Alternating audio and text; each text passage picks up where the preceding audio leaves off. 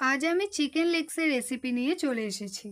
নমস্কার বন্ধুরা, সুজি কিচেনে আপনাদের সবাইকে স্বাগত। প্রথমে আমি লেগসগুলো ভালো করে গরম জল দিয়ে পরিষ্কার করে নিয়েছি। এবার কড়াইতে তেল বসিয়ে দিয়েছি। তেল গরম হয়ে গেলে পেঁয়াজগুলো ভেজে নেব। পেঁয়াজগুলো লাল লাল করে ভাজা পর্যন্ত অপেক্ষা করতে হবে।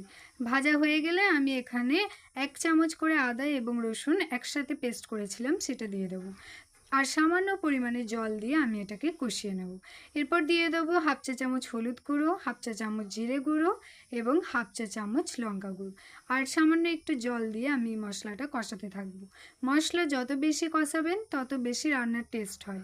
সেটা যে কোনো রেসিপির ক্ষেত্রেই বলছি, যত বেশি মশলা কষাবেন তত বেশি টেস্ট হয়। তো এবার আমি দিয়ে দেবো 1 চামচ মতো টমেটো সস এবং 1/2 চা চামচ মতো সয়া সস। তারপর আবারও আমি কষিয়ে নেব। কষানোটা ততক্ষণ পর্যন্তই করবেন যতক্ষণ না মশলা থেকে তেল ছেড়ে আসছে। দেখুন আমার মশলা থেকে তেল ছেড়ে এসেছে। এবার আমি লেগসগুলো দিয়ে দেবো। একদম লো আঁচে রান্না করতে হবে এটা।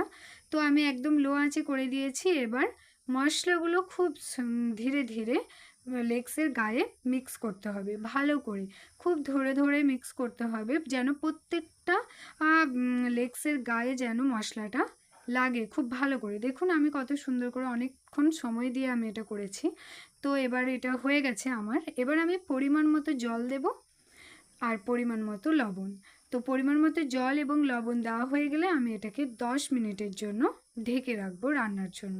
একদম লো আঁচে রান্না করতে হবে এটা। তো 10 মিনিট পর আমি ফিরে আসলাম। দেখুন কি সুন্দরভাবে রান্না হয়েছে। একদম মশলাটা প্রত্যেকটা লেগসের গায়ে সুন্দরভাবে লেগে গেছে, অসাধারণ দেখতে হয়েছে। তো এই ছিল আজকে আমার রেসিপি। তো আপনারা চেষ্টা করবেন এরকমভাবে একবার রান্না করার।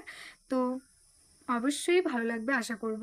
তো এই যে আমার রান্না হয়ে গেছে, এবার আমি নামিয়েও নিয়েছি। দেখুন কত সুন্দর লাগছে, ভালো লাগছে।